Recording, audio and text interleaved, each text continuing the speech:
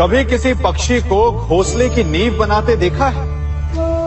अथक परिश्रम करके तिनका तिनका बिटोर कर वो पक्षी अपना घोंसला बनाता है, अपनी संतान के लिए एक सुरक्षित घर बनाता है। और फिर कहीं से तीव्र आंधी आती है, भारी वर्षा होती है और उसका घोंसला तिनका तिनका करके बिखर जाता है। फिर वो पक्षी क्या करता है?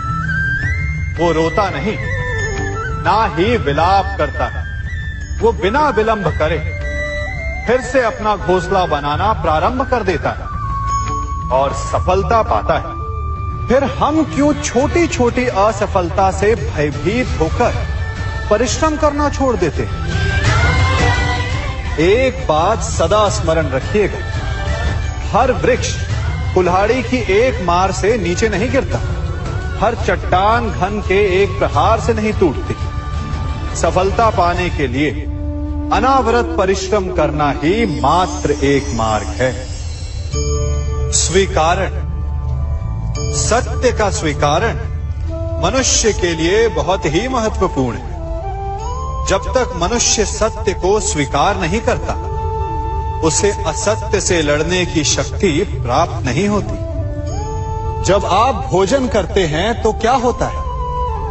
आपका पेट स्वीकारता है कि वो भर चुका है और आप भोजन करना बंद कर देते हैं। जब आपको निद्रा आती है तो क्या होता है? आपका मन स्वीकारता है कि आपका शरीर थक चुका है और उसे विश्राम की आवश्यकता है। उसी प्रकार जब आपको किसी व्यसन को रोकना हो तो आपको स्वीकारना पड़ता है कि बहुत हो चुका, चाहे वो लालच हो या मदिरापान। उस व्यसन का त्यागना तभी प्रारंभ होता है जब आप ये स्वीकार कर लेते हैं कि आप उस व्यसन के बंधक हैं। हम में से ऐसा कोई नहीं जिनकी परछाई उनसे दूर रहती। हमारी परछाई सदैव हमारे साथ रहती है। कदाचित हमारी परछाई हमारे कर्मों के फलों का संकेत है। कदाचित इसी कारण कई बार हमें अपनी परछाई से भय भी लगता है, परंतु इस भय से निवारण पाने का एक साधन अवश्य है। वो है सूर्य की ओर मुख करना या किसी प्रकाश के स्रोत की ओर मुख करना, क्योंकि तब हमें हमारी परछाई दिखाई नहीं देती।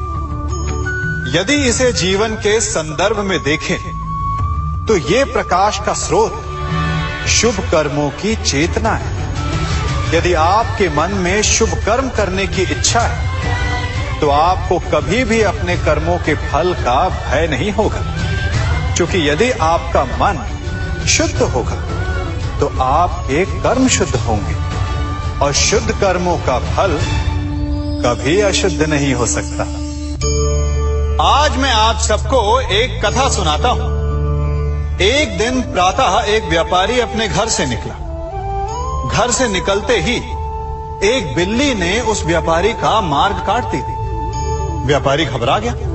वो फिर से घर लौट गया और शुभ घड़ी की प्रतीक्षा करने लगा। और जब वो पुनः अपने घर से निकला तब वो वाहन जा चुका था जिससे राजा तक पहुंचकर उसे भेंट देनी थी। राजा को भेंट नहीं मिली। राजा क्रोधित हो गए।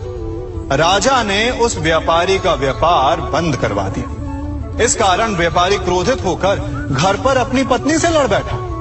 पत्नी अपने बच्चों समेत मैके वापस चली गई और उस व्यापारी के जीवन में यदि कुछ रह गया था तो केवल अंधकार। और इन सब का कारण वो उस बिल्ली को मानता रहा जिसने उसका मार्ग काटा था।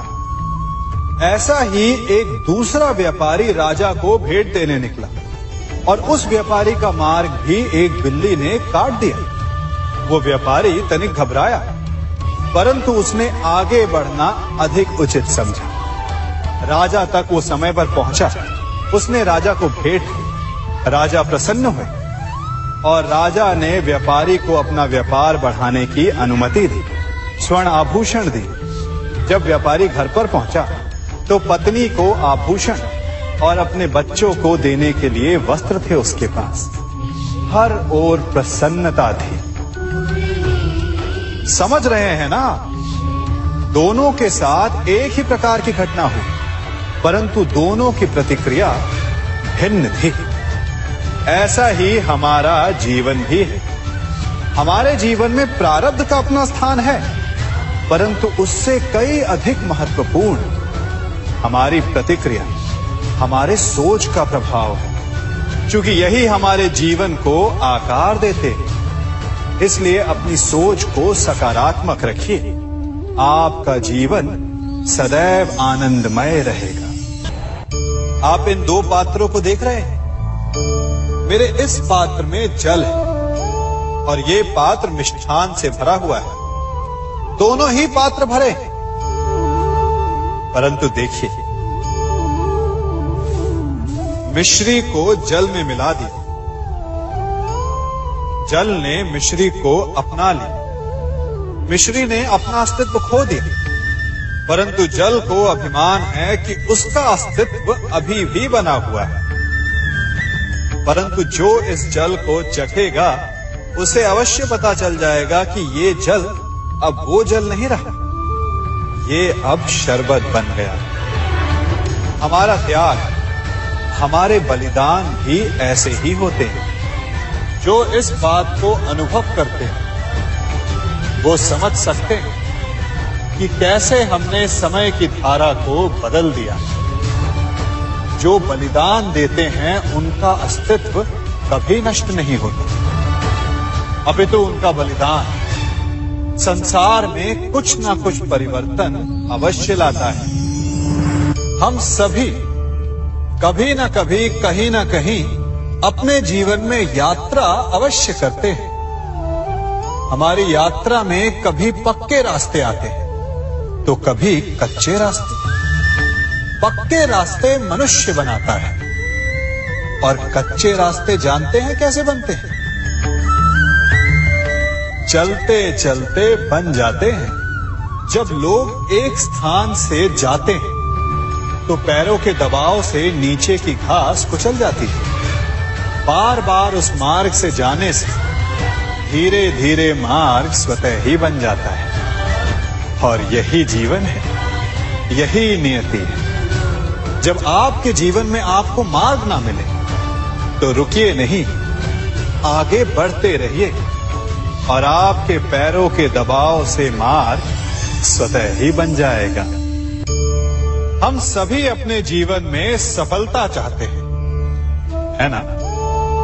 उसके लिए हम रात दिन परिश्रम करते हैं, कड़ी मेहनत करते हैं, परंतु फिर भी असफल हो जाते हैं। परंतु ऐसा क्यों होता है? कभी सोचा आप सबने?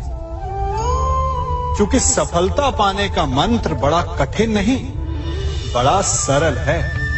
उचित विचार, उचित समय, उचित स्थान पर उचित प्रहार। जब आपके विचार, समय, स्थान और प्रहार यानी परिश्रम उचित है तो सफलता आप ही को मिलेगी। जिस प्रकार एक लोहार लोहे से कुछ बनाते समय उस लोहे के सही ताप तक के आने की प्रतीक्षा करता है और समय आने पर उचित स्थान पर पर्याप्त बल से प्रहार करता है और लोहा आकार ले लेता है, ठीक उसी प्रकार आपकी सफलता भी आकार लेती है।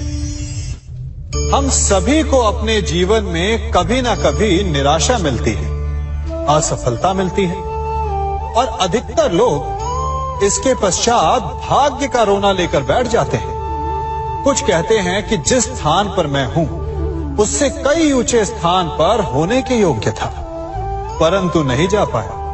किसी को पीड़ा है कि उसे जो मिलना चाहिए था वो उसे नहीं मिला, भाग्य ही बुरा था। भाग्य क्या होता है? भाग्य वन में खिला पुष्प देवताओं को चढ़ाया जाएगा या किसी सुंदरी की वेणी में वो सजेगा या फिर उसे कुचल कर उत्पाद बना दिया जाएगा। ये सब एक पुष्प के नियंत्रण में नहीं होता, परंतु जब तक उस पुष्प का अस्तित्व है सुगंध बिखेरना उसके वश में अवश्य है। परंतु भाग्य हमारे वश में नहीं, और जो हमारे वश में नहीं उसके लिए दुखी होने से क्या होगा। कर्म पर वश है, वो कीजिए और धीरे धीरे भाग्य आप